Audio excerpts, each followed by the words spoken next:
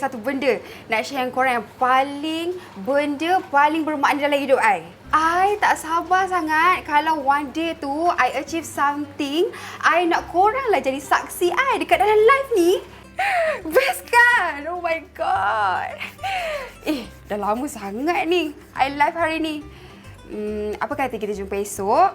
Esok janji time yang sama kita live lagi, okey? Bye korang. Love you. Mwah. Mungkin dia akan say yes kali ni, kan? Sayang, termenung jauh tu, you okey tak? Okey. Sayang, pasal loan baru I tu, okey tak? Dah dapat result ke? Pasal loan you tu, you kena sabar sikit. Sebab setiap hari, banyak yang orang memohon loan. Boleh? Tapi, ada satu benda yang nak bagi kat you. Apa? Ni, aku akan blast page ni. Lepas tu aku dah create account tau dekat hantalau.com.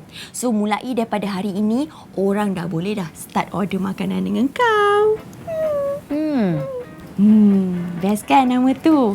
Penat tau aku brainstorm 3 hari 4 malam untuk dapatkan nama yang terbaik macam ni. Kau buat sendiri? Of course. Ke ChatGPT? Kenapa kau ni pandai sangat?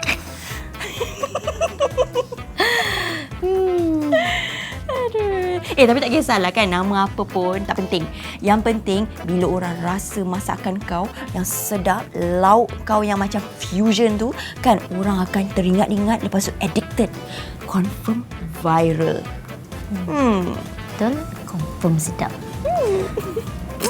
Si banyak punya order.